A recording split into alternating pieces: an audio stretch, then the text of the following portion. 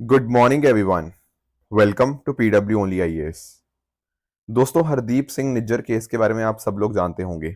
2023 में खबर आई थी कि ये मारा गया है।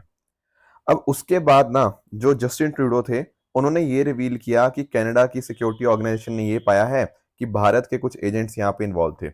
ऐसा उन्होंने यहाँ पे पार्लियामेंट जो वहाँ पे है उसके अंदर ये एलिगेशन लगा दिया भारत के ऊपर। बाद में कुछ दिनों के बाद ही इंडिया ने जो वीजा सर्विसेज थी कनेडियन सिटीजन के लिए उसको सस्पेंड कर दिया। फिर हालांकि 2 महीने बाद हमने उन चीजों को रिज्यूम कर दिया था, ई वीजा सर्विसेज को। तो ये चीज तो अभी तक चल रही थी। एंड अगर हम बात करें ना, तो मई 2024 के अंदर कनाडा के द्वारा 4 इंडियन नेशनल्स को यहां पर अरेस्ट भी किया गया था, इसी किलिंग के कॉन्टेक्स्ट के अंदर। अभी क्या हुआ है, अभी यहां पर आप नोटिस कर पाओगे निज्जर केस के अंदर, यहां पर ना इन्होंने कुछ लोगों के नाम दिए हैं as a person of interest. And वहां पर इन्होंने इंडियंस का भी यहाँ पे बात कर दी है। एंड स्पेशली अगर हम बात करें इंडियन डिप्लोमेट्स में जो हाईएस्ट ऑफिशियल है, हाई कमिश्नर संजय कुमार वर्मा, उनका नाम और बहुत सारे और सीनियर डिप्लोमेट्स का नाम आपको देखने को मिल जाएगा। और इवन यहाँ पे कनाडा के द्वारा ये भी बोला गया है कि भारत बोल रहा था काफी टाइम से कि उनको प्रूफ चाहिए। अब प्रूफ उन्होंने दे दिया है एंड उस प्रूफ के अंदर इनके नाम यहाँ पे मेंशन्ड देखने को मिलेंगे।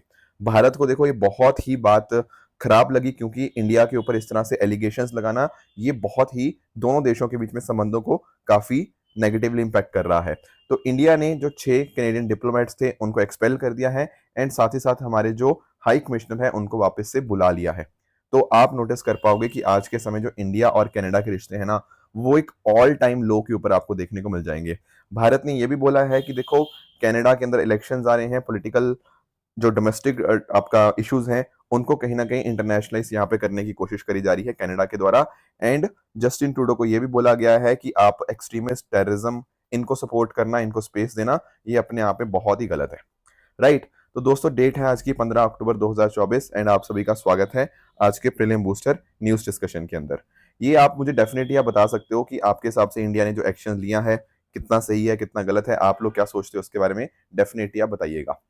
तो दोस्तों, आज तो चलो 15 अक्टूबर है, कल आपको हमारे साथ 16 अक्टूबर शाम 4 बजे आप सभी को जुड़ना है only IAS UPSC YouTube channel के ऊपर।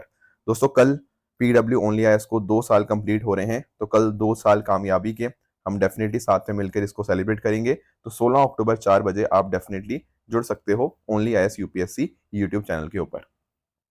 आगे चलते हैं। आगे हमें एक डिस्कशन करना है, वो है हमारे इकोनॉमिक्स के नोबेल प्राइज के रिगार्डिंग। देखो, हमने ना सारे नोबेल प्राइज डिस्कस कर लिए, बस एक इकोनॉमिक्स का बचा हुआ है। आज हमारे नोबेल प्राइज भी कंप्लीट हो जाएंगे। मैं आपको एक्सप्लेन करता हूं कि यहाँ पर जो 3 पर्सन हैं इनके नाम मैं आपको बता दूंगा। इनको आखिर इन तीनों पर्सन को क्यों मिला आखिर ये नोबेल इकोनॉमिक्स का, आप इसको समझिएगा। देखो, यहाँ पर ना आप नोटिस कर पाओगे, यहाँ पर है यूनाइटेड स्टेट्स ऑफ अमेरिका, ये है आपका मेक्सिको, ठीक है। एंड यहाँ पर आपको एक सिटी देखने को मिलेगी, नोगेलिस। ये बिल्कुल ना आपके यूएस और मेक्सिको के बॉर्डर के ऊपर है। चलो ठीक है। अब एक चीज नोटिस करो, मान लो मैं ये पूरा एरिया मार्क करूंगा, मुझे एक चीज बताओ, क्या यहाँ पर जो लोग रहते हैं क्या उनके अंदर कोई फर्क होगा? नहीं। यहाँ पर आप जाके देखोगे ना, सेम तरह के लोग इधर रहते हैं यूएसए वाली साइड, सेम आपका कल्चर, सेम आपके तरह के लोग आपके मेक्सिको वाली साइड भी रहते हैं। पर अगर आप थोड़ा सा इसको और अंडरस्टैंड करोगे तो आपको एक चीज रियलाइज करोगे कि भाई जो ये जो ऊपर वाला हिस्सा है ना, ये इतना वाला हिस्सा, यहाँ पर लोग बड़े खुश हैं, यहाँ पर लोगों के पास खूब अपॉर्चुनिटीज हैं, यहाँ के लोग खूब कमाई कर रहे हैं। अच्छा ठीक है। और अगर मैं यही चीज अपने ये नीचे वाले हिस्से की बात करूं ना, जो मेक्सिको वाली साइड आता है, लोग वही है, सेम लोगों का कल्चर वही है, सब कुछ सेम है, पर वहां पर लोगों को उतनी उतनी इकोनॉमिक प्रॉस्पेरिटी नहीं है। What do you think is the reason behind it? जब मैंने कह ही दिया कि कल्चर सेम है, सब कुछ सेम है, लोग सेम है, ज्योग्राफी सेम है, तो क्या दिक्कत है? दिक्कत है यहाँ पर इंस्टीट्यूशंस की। इन्हीं इंस्टीट्यूशंस की वजह से क्या होता है ना, सेम तरह के लोग अलग अलग एरिया में, मतलब जस्ट बिकॉज की कंट्री चेंज हो चुकी है, उस वजह से वहां पर उनकी इकोनॉमिक हालत चेंज हो जाती है। पता है क्यों? क्योंकि यहाँ पर यूएसए के अंदर लोगों के पास पावर है। किस चीज की पावर? कि वो एजुकेशन में क्या चूज करना चाहते हैं, अपने प्रोफेशन क्या करना चाहते हैं। वहां का यूएसए का पॉलिटिकल सिस्टम अच्छा है, यूएसए के पॉलिटिकल सिस्टम ने इनको बहुत सारे राइट्स, बहुत सारे हक दिए हैं। यहाँ पर डेमोक्रेसी को बहुत अच्छे से यूएसए ने एस्टेब्लिश किया है, जिस वजह से लोग अपने आप को पावरफुल फील करते हैं एंड देश की इकोनॉमी के अंदर कंट्रीब्यूट करते हैं। ये वाला हिस्सा है तो वही लोग, पर कहीं ना कहीं यहाँ पर उतने अच्छे राइट्स नहीं मिलते, उतने अच्छे इंस्टीट्यूशंस नहीं देखने को मिलते, जिस वजह से लोग भले ही सेम कल्चर के थे, सेम सब कुछ था, पर उनको प्रॉपर इंस्टीट्यूशंस ना मिलने की वजह से वहां पर उतनी प्रॉस्पेरिटी नहीं आ पाई। यही पर्टिकुलर वर्क था जो कि जिस वजह से इन तीनों पर्सन्स को इकोनॉमिक्स का नोबेल प्राइज मिला है। और ये एक जगह की बात नहीं है, ये दुनिया में जहां भी आप नोटिस करोगे ना, जहां पर आपको डेमोक्रेसी देखने को मिलेगी, वहां पर आपको नोटिस करने को मिलेगा कि इकोनॉमिक ग्रोथ वहां पे स्टेबल रहती है। तो ये जो 3 पर्सन है, डैरन, साइमन और जेम्स, इनका आप नोटिस कर पाओगे, इनको नोबेल प्राइज मिला है इकोनॉमिक्स का for studies of how institutions are formed and they affect prosperity. Do you understand this point?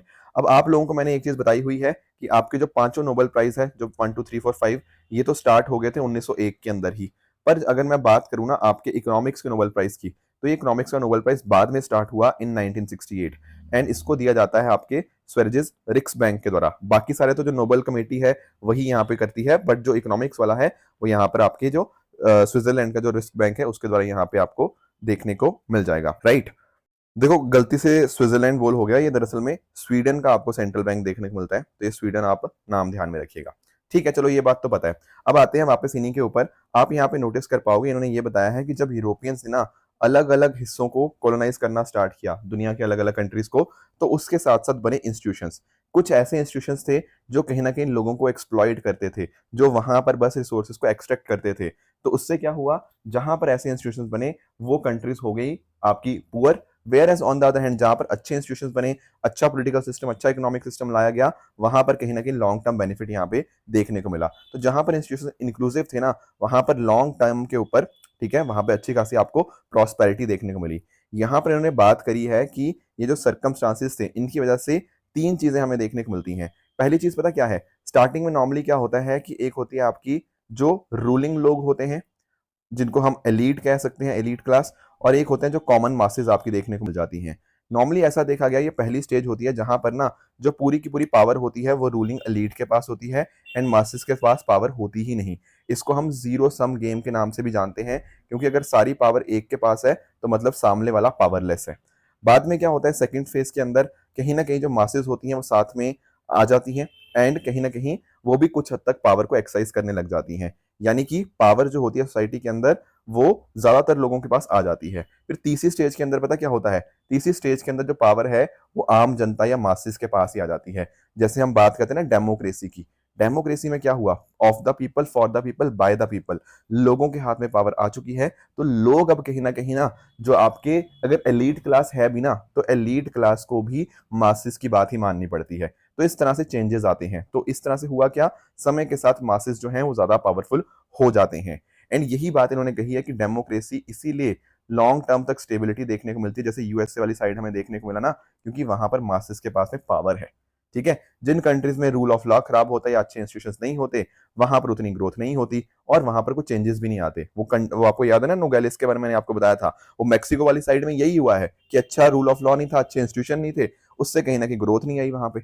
Understood? बाकी आप नोटिस कर पाओगे, इन्होंने खुद कहा है कि हम जो रिसर्च हमने करी है वो डेमोक्रेसी को फेवर करती है। जहां पर ऑथोरिटेरियन ग्रोथ होती है ना, वो अनस्टेबल होती है। थोड़े टाइम के लिए आप ग्रो तो कर जाओगे, जैसे चाइना की बात करी है, पर ये कह देना कि China long term sustainable innovation outcome लेके आ पाएगा, ये इनको नहीं लगता, ये नोबेल प्राइज के जो विनर्स हैं।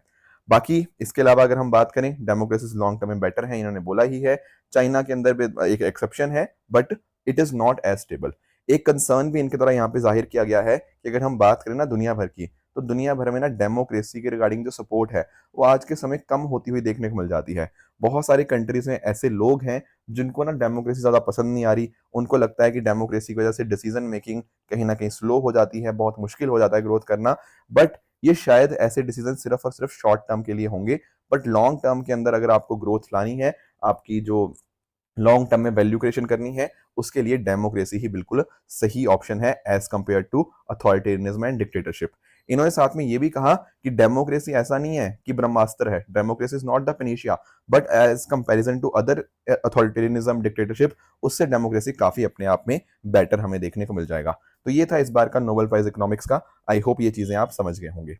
दोस्तों अगले टॉपिक पे आते हैं, that is global hunger index को थोड़ा सा समझने की कोशिश करते हैं। जब हम बात करते हैं ना ग्लोबल हंगर इंडेक्स की, तो पहली चीज तो आपको ध्यान में ये रखनी है कि इसको रिलीज कौन करता है। देखो ध्यान से थोड़ा समझना, एक्चुअल में 2006 के अंदर पहली बार ग्लोबल हंगर इंडेक्स को पब्लिश किया गया था। पब्लिश किसने किया? IFPRI, international food policy research institution, along with belt hunger health Germany. And बाद में इसको ज्वाइन कर लिया कंसर्न वर्ल्ड लाइफ जो आपका वर्ल्ड वाइड है 2007 के अंदर, उसने भी इसको ज्वाइन कर लिया। हालांकि इंपॉर्टेंट बात पता क्या है, 2018 के अंदर जो ये था IFPRI, इसने भी इसको छोड़ दिया। तो कोई आपसे पूछे ना कि आज के समय के ऊपर जो ग्लोबल हंगर इंडेक्स है वो कौन रिलीज करता है, the answer will be simple, it will be wealth hunger health plus आपका जो कंसर्न वर्ल्ड वाइड है। ये बात आपको अपने आप में ध्यान में रखनी है, ठीक है। तो इस तरह से हर साल ये पब्लिश किया जाता है, ये चेक करता है कि दुनिया भर में हंगर को हम किस हद तक कम कर पा रहे हैं या नहीं कर पा रहे, और उसके बेसिस के ऊपर 0 से 100 के बीच में स्कोर आता है। जितना आप 0 की तरफ जाओगे उतना बढ़िया है, उतना हंगर नहीं है वहां पे, और 100 जिसकी तरफ होगा वो वर्स्ट हमें देखने को मिल जाएगा। तो हर कंट्री को स्कोर के हिसाब से ही लो से एक्सट्रीमली अलार्मिंग की कैटेगरी में डाला जाता है। जैसे फॉर एग्जाम्पल ना, आप यहाँ पे नोटिस कर पाओगे, यहाँ पर आपको 4 पैरामीटर्स ध्यान में रखने हैं। पहला पैरामीटर है आपका अंडर नरिशमेंट का। अंडर नरिशमेंट का मतलब कि यहाँ पर आपको प्रॉपर कैलोरीज नहीं मिल रही, ठीक है। दूसरा आपका पैरामीटर है चाइल्ड स्टंटिंग। देखो जब मैं बात करता हूं स्टंटिंग की, इसका मतलब है कि किसी एक इंसान की एज तो बढ़ती जा रही है, पर उस बच्चे की जो हाइट है वो नहीं बढ़ रही। ये नॉर्मली हम अंडर 5 देखते हैं, 5 साल से जो कम के बच्चे होते हैं ना, उनकी उम्र बढ़ती जा रही है पर उनकी हाइट नहीं बढ़ रही। उसी तरह से एक होता है आपका चाइल्ड वेस्टिंग। वेस्टिंग के अंदर क्या हुआ, कहीं ना कहीं आपका वेट नहीं बढ़ रहा, ठीक है, किसी की हाइट बढ़ जा रही है, लो वेट फॉर हाइट, उसको बोलते हैं हम चाइल्ड स्टंटिंग। एंड आखिरी आ गया चाइल्ड मोर्टेलिटी। यहाँ पर हम देखते हैं कि 5 साल की उम्र कंप्लीट करने से पहले कितने प्रतिशत बच्चों की यहाँ पे डेथ हो जाती है, राइट। इंपॉर्टेंट बात आपको और एक चीज नोटिस करनी है कि 1/3 1/3 जो वेटेज है वो आपका है अंडर नरिशमेंट का, 1/6 वेटेज है आपका चाइल्ड स्टंटिंग का, 1/6 वेटेज है आपका चाइल्ड वेस्टिंग का, एंड 1/3 वेटेज है आपका चाइल्ड मोर्टेलिटी का। इस तरह से टोटल स्कोर हो जाता है आपका, मतलब कंप्लीट 1 स्कोर हो गया, 100% स्कोर हो गया, ठीक है। अब यहाँ पर मैंने आपको बताया था कि 0 जितना होगा स्कोर उतना आप अच्छा हो, 100 जितना होगा 100 की तरफ आपका खराब स्कोर होता है। तो इस हिसाब से इनको अलग अलग कैटेगरीज में डिवाइड कर दिया जाता है। जैसे अगर 10 से कम है तो उसको लो बोलेंगे, 10 से 19.9 के बीच में मॉडरेट, फिर 20 से 34.9 तक सीरियस, 35 से 49.9 तक अलार्मिंग, और अगर 50 से भी ज्यादा है तो एक्सट्रीमली अलार्मिंग। अब भारत का दोस्तों जो इस बार स्कोर आया ना, वो आया है 27.3, एंड इस वजह से इंडिया कौन सी कैटेगरी में है, इंडिया इस बार सीरियस कैटेगरी में है। पहले भी इंडिया सीरियस कैटेगरी में था, पर दिक्कत पता क्या आ रही है, दिक्कत ये आ रही है कि इंडिया में जो ग्रोथ है ना, मतलब हम कम तो कर रहे हैं पर इंप्रूवमेंट अपने आप में बहुत ही स्लो है। 27.3 तक तो पहुंच गए हैं, पर अगर हम आज से 8 साल पहले कंपैरिजन करें तब हम 29.3 पे थे। तो इंप्रूवमेंट है भाई, बट बिल्कुल बहुत ही थोड़ी सी इंप्रूवमेंट है, that is a big issue. और अगर आप थोड़ा डेटा इसके हिसाब से देखने की कोशिश करोगे ना, तो भारत की अगर हम बात करें, यहां पर आप नोटिस कर पाओगे कि 13.7% जो पॉपुलेशन है वो कहीं ना कहीं आपको अंडर नॉरिश्ड आपको देखने को मिल जाएगी। इसके अलावा अगर हम बात करें तो यहाँ पर 35% बच्चे हैं अंडर 5 वो स्टंटेड है, 18% बच्चे वेस्टिंग के साथ कहीं ना कहीं शिकार हैं। एंड लास्टली अगर मैं बात करूं जो चौथा पैरामीटर है, लगभग 3% बच्चे जो हैं वो 5वें बर्थडे से पहले कहीं ना कहीं उनकी यहाँ पे डेथ हो जाती है। ये सारे आंकड़े बहुत ही आपको कंसर्निंग देखने को मिल जाएंगे। तो ये सारे इश्यूज हैं, इस डेटा पॉइंट्स को आप यूज कर पाओगे। इसके अलावा कुछ और अगर मैं आपको बताने की कोशिश करूं तो यहाँ पर आप नोटिस कर सकते हो कि किस तरह से इंडिया का जो रैंक आया है ना इस बार, वो 105 है आउट ऑफ 127। और इस वजह से आप नोटिस कर पाओगे क्योंकि हमारा जो स्कोर था वो आपका 20 से 35 वाली ब्रैकेट में था, इस वजह से इंडिया क्या हो गया, इंडिया आपका सीरियस कैटेगरी में देखने को मिल जाएगा। बाकी आप नोटिस करोगे पाकिस्तान अफगानिस्तान वो लोग भी सीरियस कैटेगरी में ही हैं, और बांग्लादेश नेपाल और जो श्रीलंका है ना, वो भारत से बढ़िया कर रहे हैं। Do you understand this point कि भारत से बढ़िया रैंकिंग उनकी आई है, उनका कम स्कोर आया है, मतलब जैसे इंडिया का 27.3 है, उनका इनके कंपैरिजन में कम स्कोर देखने को मिल जाएगा। तो ये बहुत ही इंडिया के लिए चिंताजनक विषय है कि हम अपने आप को अब कैसे इस चीज के अंदर बेटर कर सकते हैं। बाकी आप साथ में नोटिस करोगे ये बाकी और डेटा भी है, 733 मिलियन जो पीपल हैं ग्लोबली वो कहीं ना कहीं हंगर को फेस करते हैं, and 2.8 billion unable to afford a healthy diet. बाकी आप जानते होंगे सस्टेनेबल डेवलपमेंट गोल्स के बारे में, तो जो हमारा SDG 2 है ना, जैसे 1 है नो पॉवर्टी, SDG 2 उसी तरह से है जीरो हंगर की बात करता है। तो जीरो हंगर की जब हम बात करते हैं 2030 तक पहुंचने के लिए, तो आप नोटिस कर पाओगे कि हम बिल्कुल भी उस डायरेक्शन में काम ही नहीं कर पा रहे। तो बहुत ही एक चिंताजनक विषय यहाँ पर पूरी दुनिया के लिए है। इसके अलावा जो अफ्रीकन देश है वहां तो बहुत सारी कंट्रीज हैं अलार्मिंग के अंदर, राइट। तो ये कुछ पॉइंटर्स है जो आपको पता होना चाहिए। बाकी 2024 की जो थीम है that is how gender justice can advance climate resilience and zero hunger, ये चीज भी आपको पता होनी चाहिए, ठीक है। ध्यान रखना ये सारा जो डेटा मैंने आपके सामने दिया ना, ये भारत का डेटा है कि भारत के रिगार्डिंग कितने परसेंट क्या है, ठीक है, अंडर नॉरिश, स्टंटेड, वेस्टेड और आपके अंडर 5 मोर्टेलिटी रेट। तो ये पॉइंटर्स आप अपने आंसर्स के अंदर मेंशन कर सकते हो। अगला दोस्तों हमारा जो टॉपिक है वो है एसबीएस मिशन के बारे में। देखो कैबिनेट कमेटी ऑन सिक्योरिटी ने ना एसबीएस के जो थर्ड फेज है उसको अप्रूवल दे दिया है।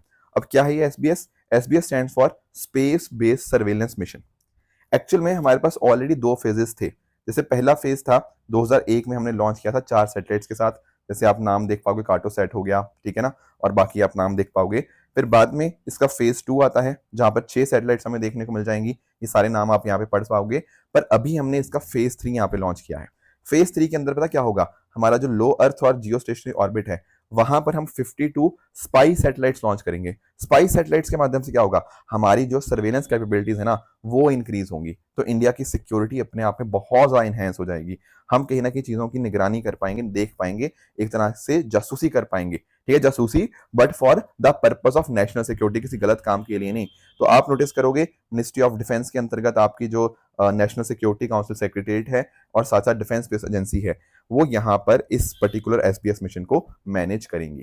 तो यहाँ पर आपकी जो तीनों ब्रांचेस हैं, आर्मी, नेवी और एयरफोर्स, उनकी डेडिकेटेड सैटेलाइट्स होंगी इन ऑपरेशंस के लिए। तो ये पॉइंट्स आपको पता होना चाहिए कि दिस इज रिगार्डिंग एसबीएस यानी कि स्पेस बेस्ड सर्वेलेंस मिशन।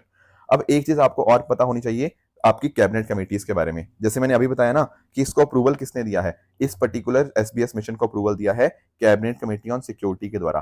तो एक्चुअल में कैबिनेट कमेटीज होती हैं आपकी एक्स्ट्रा कॉन्स्टिट्यूशनल बॉडी, क्योंकि आपके संविधान के अंदर इनका डायरेक्टली जिक्र आपको नहीं देखने को मिला। तो प्रधानमंत्री जी के द्वारा इनको एस्टेब्लिश किया जाता है। कॉन्स्टिट्यूशन स्टेटस इनका नहीं है क्योंकि डायरेक्टली मेंशन नहीं है। हालांकि इनका रूल्स ऑफ बिजनेस के अंदर एस्टेब्लिशमेंट आपको उसके माध्यम से देखने को मिल जाएगा। तो एक्चुअल में आप नोटिस करोगे कैबिनेट कमेटीज दो तरह की हो सकती है। एक होती है स्टैंडिंग, एक होता है आपका एडहॉक। स्टैंडिंग कमेटी मतलब जो परमानेंट होती है, एडहॉक मतलब किसी पर्टिकुलर पर्पस के लिए बनाई जाती हैं। देखो भारत की अगर हम बात करें ना तो आज के समय टोटल 8 स्टैंडिंग कमेटीज देखने को मिलती हैं। अब आपसे मैं एक सवाल पूछना चाहता हूं, दो ऐसी कमेटीज हैं इनमें से जो प्रधानमंत्री जिसको हेड नहीं करते। आपको मुझे उन दोनों के ना नेम्स बताने हैं। What are the names of those two committees, those two cabinet committees which are not headed by prime minister. ठीक है, अब बात करूंगा दोस्तों कैबिनेट कमेटी ऑन सिक्योरिटी की, तो इसको तो प्रधानमंत्री जी ही हेड करते हैं। एंड अगर मान लो कोई बड़ा मुद्दा है, जैसे फॉर एग्जांपल एटॉमिक एनर्जी के साथ लिंक, नेशनल सिक्योरिटी के साथ लिंक, या फिर कुछ ऐसा डिफेंस एक्सपेंडिचर करना है 1000 करोड़ से ज्यादा, तो कहीं ना कहीं उनको रिव्यू करना वो कैबिनेट कमेटी ऑन सिक्योरिटी का ही काम होता है। इसके अलावा कुछ सर्विस कैपिटल एक्विजिशन प्लान हो गया या फिर कुछ और मुद्दे हो गए डिफेंस के रिगार्डिंग, वो यहाँ पर कैबिनेट कमेटी ऑन सिक्योरिटी ही उसको हैंडल करता है। इसके अलावा आप नोटिस कर पाओगे finance minister, defence minister, home minister, external affair minister भी इस पर्टिकुलर कमेटी के आपको मेंबर्स देखने को मिल जाते हैं। नेक्स्ट दोस्तों हमारा टॉपिक है T-90 भीष्म टैंक के बारे में। देखो दरअसल में ना एक्चुअल में आप नोटिस कर पाओगे एक रशियन टैंक है T-72, उसी का ही आपको अपग्रेडेड वर्जन T-90 टैंक देखने को मिल जाएगा। ये दरअसल में हमने ना इस तरह के टैंक्स आपके 2003 से ही हमारी इंडियन आर्मी यूज करती है, उसी का ही ओवरहॉल्ड वर्जन आपको T-90 भीष्म टैंक आपको देखने को मिल जाएगा। तो इंडियन आर्मी ने इसको रिसेंटली रोल आउट किया है, इसको थोड़ा और ओवरहॉल करके। इसका वेट अप्रोक्सीमेटली 47 टन है और ये आप थोड़ा देख पाओगे 9.6 मीटर लॉन्ग, 2.8 मीटर वाइड्स। अब यहाँ पे 3 लोग इसको यहाँ पे हो सकते हैं, एक कमांडर, एक गनर और एक ड्राइवर। ये जो टैंक है ना इसको चेंजेस करे गए हैं एंड इस हिसाब से चेंजेस करे गए हैं कि किसी भी टेरेन के अंदर ये बहुत ही आराम से मूव कर पाए, चाहे वो फॉरेस्ट हो, चाहे वो मार्शी टेरेन हो, माउंटेन्स हो, वहां पर आराम से मैनूवर कर सकता है, आराम से मूव कर सकता है, कैसे भी उबड़ खाबड़ रास्ते क्यों ना हो। साथ ही साथ नोटिस कर पाओगे इसकी जो स्पीड है that is up to 60 kilometre per hour. ठीक है, एनिमी फायर के अगेंस्ट कंप्लीटली अच्छे से प्रोटेक्टेड है, प्रॉपर फायर पावर है एंड बैटल फील्ड के अंदर इसकी सर्वाइवेबिलिटी अपने आप में काफी अच्छी है क्योंकि इसके अंदर आपको प्रॉपर एक्टिव प्रोटेक्शन सिस्टम देखने को मिल जाएगा। यानी कि कई बार कुछ जंग के अंदर कुछ हालात या कुछ बहुत ज्यादा गंभीर हालात बन जाते हैं, तब भी ये टैंक आपका वहां पे सर्वाइव कर जाएगा।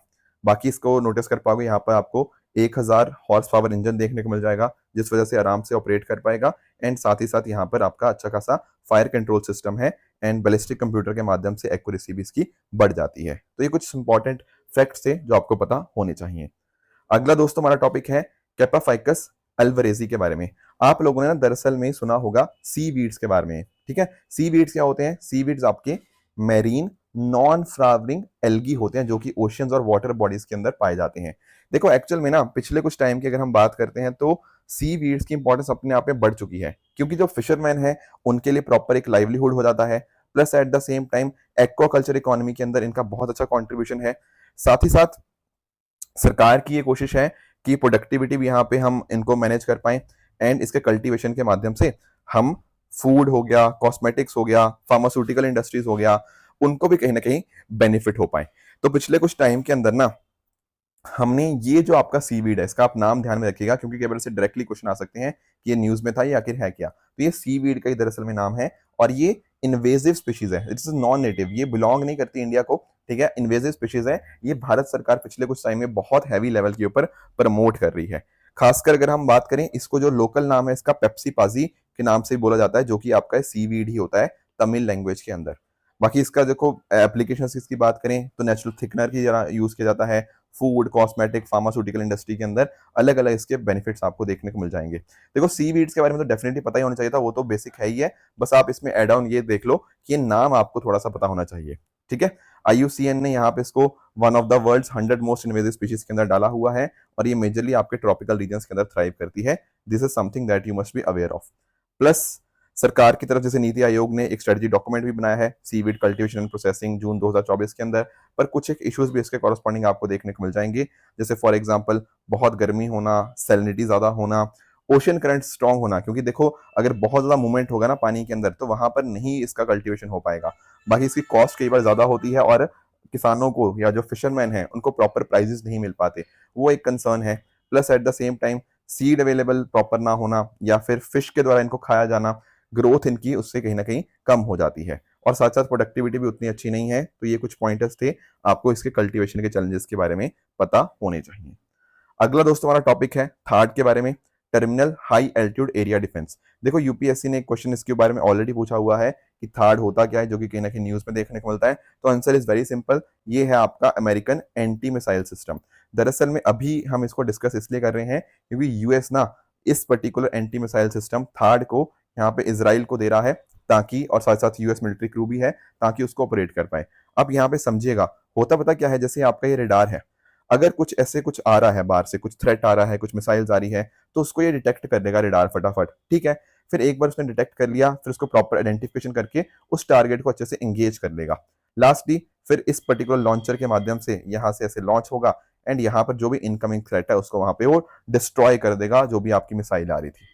दिस इज द प्रोसेस जिसके माध्यम से थार्ड वर्क करता है, और ये यूएसए का सिस्टम है। जैसे आपने लोगों ने S-400 सुना होगा ना रशिया के कॉरस्पॉन्डिंग, उसी तरह से यूएस के कॉरस्पॉन्डिंग आपके थार्ड सिस्टम पता होना चाहिए, जिसके माध्यम से मिसाइल्स को इंटरसेप्ट किया जाता है, एंड टर्मिनल फेज के अंदर हिट टू किल अप्रोच के माध्यम से उसको न्यूट्रलाइज कर दिया था, आपका जो भी आपकी मिसाइल बाहर से आ रही थी। तो इसराइल एयर डिफेंस सिस्टम का एक बहुत इंपॉर्टेंट ये कंपोनेंट बनने जा रहा है, तो ये पॉइंट्स आपको पता होने चाहिए। इसके माध्यम से short, medium, intermediate range ballistic missiles को डिस्ट्रॉय किया जा सकता है, और ये एक अमेरिकन सिस्टम है, ठीक है। तो इस क्वेश्चन का यहाँ पे आंसर होगा option number C, an American missile system. तो ये तो होगी आज की डिस्कशन। अब चल लेते हैं अपने एमसीक्यूज की तरफ। पहला आपके सामने क्वेश्चन है with regards to laterite soils. देखो एक तो जब मैं ऐसे क्वेश्चंस आपको देता हूँ ना, तो इसके माध्यम से दो चीजें आपको बतानी चाहिए कि चलो एक तो लेटराइट सॉइल के बारे में तो पता होना चाहिए, बाकी आपको जो सॉइल वाला टॉपिक है ना, आपको अपने दिमाग में उसको रिवाइज कर लेना चाहिए कि यार बाकी सॉइल्स के बारे में मुझे क्या चीजें पता है, किसमें क्या लैगिंग होता है, क्या ब्लैक सॉइल को क्या कॉटन के लिए बेनिफिट होता है या किसके लिए बेनिफिट होता है। अगर आप इस तरह से किसी टॉपिक को पढ़ोगे ना, तो कहीं ना कहीं वो टॉपिक आपका साथ साथ रिवाइज भी होता चलेगा। एनीवेज, ये रहा आपका क्वेश्चन नंबर 1, इसका आप आंसर बताइएगा कॉमेंट्स के अंदर। दूसरा आपके सामने क्वेश्चन है मिथनोट्रॉप्स के बारे में, थोड़ा इंटरेस्टिंग सा क्वेश्चन है, तो इसको पढ़िएगा एंड मुझे सेकंड क्वेश्चन का आंसर आप बता सकते हो। एंड जो तीसरा क्वेश्चन है आपके सामने, वो एक नेशनल पार्क के बारे में है, उसकी 3 करेक्टरिस्टिक्स दिए हुए हैं, उसके हिसाब से आपको बताना है कि कौन सा यहाँ पे नेशनल पार्क इसके रिगार्डिंग हमें देखने को मिल जाएगा। कल मैंने आपको एक होमवर्क दिया था एनएफसी के बारे में, नियर फील्ड कम्युनिकेशन टेक्नोलॉजी के बारे में। देखो कई बार आप लोगों ने नोटिस किया होगा कि इस तरह से ना आप 2 मोबाइल्स को कनेक्ट कर सकते हो, या फिर कई बार आप लोग किसी पेमेंट वगैरह करते हो उसके अंदर भी ये चीज हो जाती है। तो नियर फील्ड का मतलब पता क्या है, कि आपकी जो भी 2 डिवाइसेस हैं जिनके अंदर आपने डेटा एक्सचेंज करना है, राइट, वो कैसे कर सकते हो, वो एक सिंपल टच जेस्चर के माध्यम से कर सकते हो। बहुत ही पास रखना होता है, लगभग कहते हैं कि 4 सेंटीमीटर से भी कम इनके बीच में जो भी आपकी डिवाइस है उनका फासला 4 सेंटीमीटर से भी कम होना चाहिए। तो है तो डेफिनेटली ये कॉन्टैक्टलेस कम्युनिकेशन टेक्नोलॉजी है, जो कि यूज क्या करता है, इलेक्ट्रोमैग्नेटिक रेडियो फील्ड्स को, रेडियो फ्रीक्वेंसी का यहाँ पे इस्तेमाल किया जाता है। ये बात बिल्कुल करेक्ट हो जाएगी।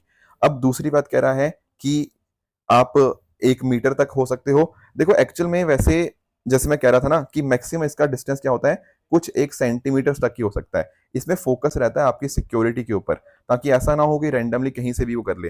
तो बहुत ही कम सेंटीमीटर्स तक होता है। ये जो बात कर रहा है कि मीटर वगैरह से भी आप कर पाओगे, this is completely incorrect statement.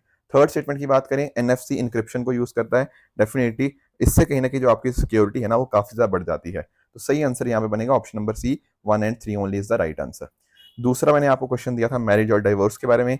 देखो यहाँ पर जब मैं बात करता हूँ ना मैरिज और डाइवोर्स, ये टर्म्स बार बार न्यूज में आती रहती हैं, ठीक है, काफी सारे पॉलिटिकल मुद्दे भी इसके रिगार्डिंग उठते रहते हैं। तो अगर आप नोटिस करोगे हमारा जो शेड्यूल 7 है कॉन्स्टिट्यूशन का, उसमें अगर आप जाओगे ना तो आपको जो कॉन्करेंट लिस्ट देखने को मिलती है, उसमें आपको ये मुद्दे देखने को मिलेंगे मैरिज और डाइवोर्स का। और कॉन्करेंट लिस्ट का मुद्दा आप समझते ही हो कि आपका केंद्र सरकार भी और आपकी जो राज्य सरकारें हैं, मतलब पार्लियामेंट और स्टेट लेजिस्लेचर, यहाँ पर इसके ऊपर कानून बना सकती हैं। तो पहली स्टेटमेंट तो यहाँ पे गलत होगी, यूनियन लिस्ट नहीं है, कॉन्करेंट लिस्ट है। सेकंड स्टेटमेंट कह रहा है कि पार्लियामेंट डिफाइन करती है, नहीं। जहां पर मैंने बता ही दिया कि एक तरह से कॉन्करेंट लिस्ट है, तो दोनों इसको डिफाइन कर सकते हैं। हालांकि अगर सेंट्रल लॉ एग्जिस्ट करता है तो वही कहीं ना कहीं ओवर पार करेगा आपके स्टेट लॉ को। कुछ केसेस के अंदर अगर मान लो स्टेट लॉ जो है उनको प्रेसिडेंट का एक्सेंट मिल जाता है, तो उस केस में स्टेट स्पेसिफिक वेरिएशन भी हमें देखने को मिल जाते हैं।